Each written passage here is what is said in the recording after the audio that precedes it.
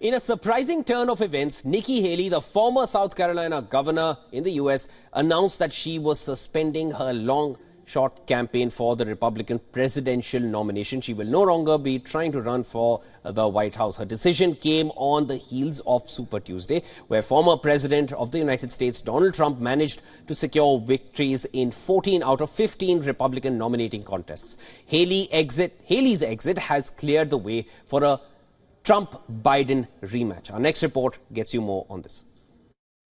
The time has now come to suspend my campaign. Nikki Haley ended her long-shot bid for the Republican presidential nomination on Wednesday.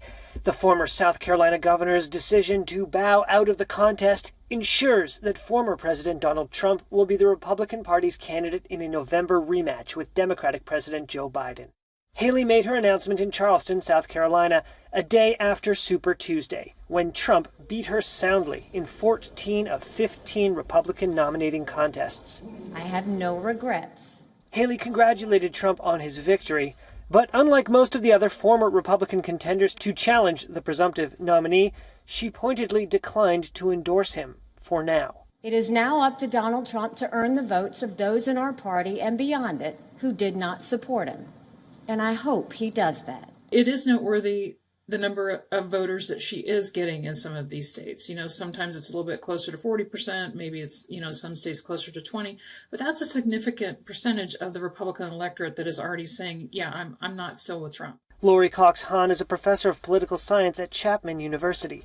She says whether or not Haley's supporters decide to vote for Trump in the general election could be pivotal in a race that could come down to narrow margins in a few critical states.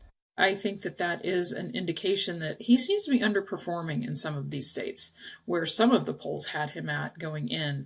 And so she has just been continuing to show that he is vulnerable. This was an amazing night, an amazing day. Donald Trump celebrated his victory Tuesday night with supporters in Florida. He repeated his campaign promises to better secure the southern border with Mexico and conduct mass deportations of those suspected of entering the country illegally. Throughout the campaign, he refused to debate Nikki Haley, frequently insulting her intelligence and Indian heritage. Haley ultimately proved unable to pry sufficient voters or donors from Trump's iron grip on the Republican Party. Outside the White House on Wednesday, some Americans were sorry to see Haley out of the race. It's disappointing, because it was really refreshing to have someone speak reality and point out that this is not normal, the discourse that we have from the previous president, President Trump. And so I really hope in the next couple of days she doesn't turn around and endorse him. The rematch between Trump and Biden, the first repeat U.S. presidential contest since 1956, is one that few Americans want. Opinion polls show both Biden and Trump have low approval ratings among voters.